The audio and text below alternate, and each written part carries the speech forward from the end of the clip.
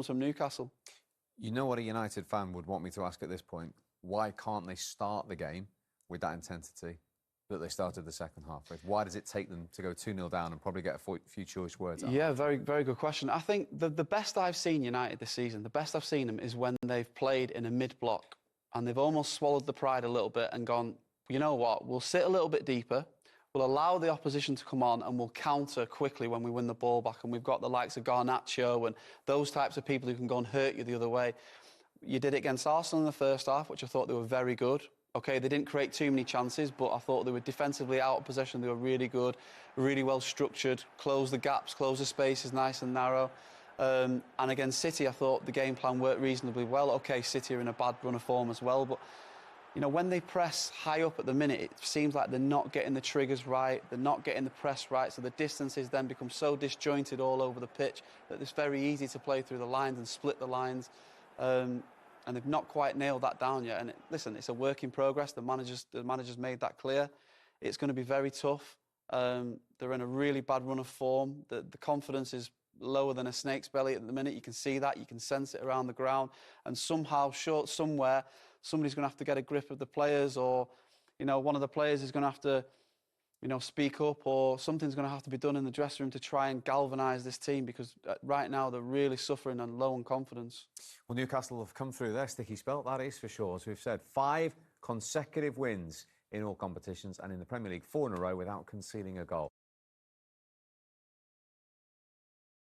A happy Eddie Howe then.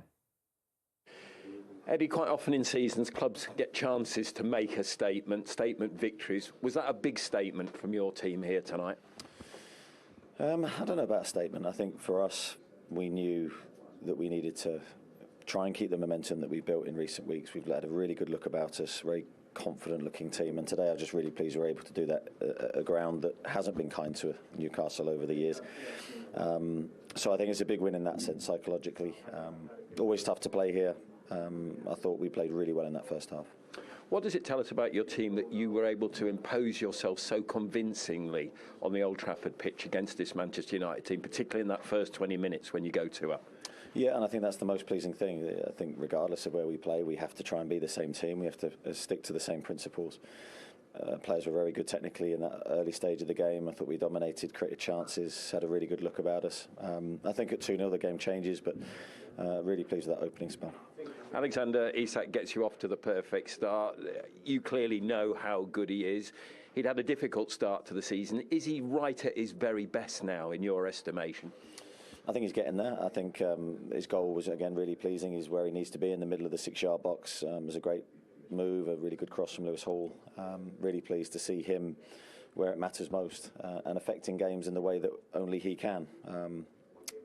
Yeah, as I say, second half was a bit different for him, but he's certainly getting there. I think you know, we believe in him, we believe in his talent. He can really make the difference for us. You get the second goal, which is crucial, and the second half, as you say, things changed a bit.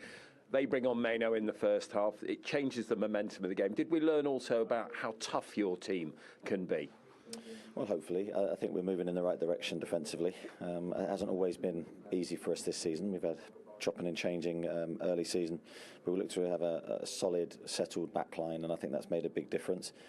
We're going to have to shuffle that now with Fabian suspension, so that's going to be a blow for us, but hopefully we can adjust and still find a way to defend well. 5 straight victories in all competitions. What is the direction of travel in your mind other than just upwards? Well, the direction of travel is very much to Tottenham now, and we're going through a spell of really difficult away games, Tottenham and then Arsenal, 2 massive games, but we're trying to enjoy them and approach them like we have this one. I know you were asked earlier in the week about, is this side better than the team that you took to the Champions League 2 years ago? How would you assess it now, given we're at the halfway point? I think time will tell. I never like to make bold or rash predictions because we have to prove everything. Certainly there's the talent in the squad to be better than that side, but we have to get the points that matches that team. Of course, we've got the all-important January transfer window. I know you'll be peppered with questions about it. Is it about, for you, retaining the best players that you have, or is it about adding to this talented squad that you've talked about? Yeah, I think first thing is retaining the players we have. We don't want to lose anybody. We've got a good balance to the team, a good balance to the squad. You can see the lads that came on the pitch at the end, desperate to play. So we've got everyone fighting for places. We don't want to disturb that. Thanks, Eddie. Thank you. Take care. Yeah, we are at halfway. We know the issues he encountered with having to sell a couple of really talented young players because of FFP, the injuries he's had. So to come through all that and have them in fifth, 3 points off the Champions League at halfway, what about the job so far this season for him? Very good. I think you know my feelings towards Eddie Howe. I think he's an exceptional manager. I think lots has been thrown at Newcastle in many ways. You know, if you go back a year or two, they were looking so good in the Premier League. They were into the Champions League. They were incredibly exciting to watch. And then, of course, some of the rules, FFP and certain players that had to be sold, and obviously they couldn't buy anybody because they were at that threshold. It almost slowed down their progression. It must be very, very frustrating for fans, for Eddie Howe himself. Of course, then you add to that some disturbances at board level as well. 1 or 2 people have left. Of course, 1 or 2 people went to Manchester United at board level as well. So a lot of disturbances. And he's probably not been able to strengthen the squad as he would have wished and to build on that really good momentum that he brought to the club. So I think a little bit of the last year it's stagnated or stayed. But for him to be 5th in the league now into a semi-final of the Cup, it's really good. And of course, he'll be hoping that he can gain that momentum again and start improving his squad. And try and get a little bit more depth to it. I think that's his point, isn't it? If he does get 2 or 3 key injuries, they haven't got that depth at the moment. He's done a wonderful job. The form that they're in at the minute, I would go back and say that the start of the season, that the sort of indifferent form they had a couple of good results, then a couple of setbacks. I almost feel like we're very quick to analyse, you know, statistically and look at the game and pick it apart. But I just think they had a lot of players underperforming and not playing to their maximum potential. Especially when I've watched Newcastle, and you look at Isak, the form that he's on now, the players around him have started to, you know, get to the top of their level. Gordon's one of those, isn't he? Gordon's one of them, and just everyone. I think at this level you can get away with 1 or 2 that aren't quite at it in the game, but the other players can do the business for them. But when there's 3, 4, 5 of them who are underperforming just slightly and just off the top of the game, you know, at this level it matters and it counts. And you know, the form that Newcastle are in now is because everybody's performing to the top of the game and they deserve to be there. And if they keep this momentum steadily, are they right in this Champions League top 4 shout? Yes, they are. You know, you've got to think Liverpool, Arsenal are 2 pretty much guarantees for the top 4. But I would argue that anybody else, the place is up for grabs. I mean, Nottingham Forest are making a huge play for it. Chelsea are just having a wobble at the moment. Aston Villa are obviously looking upwards and hoping they can do it again.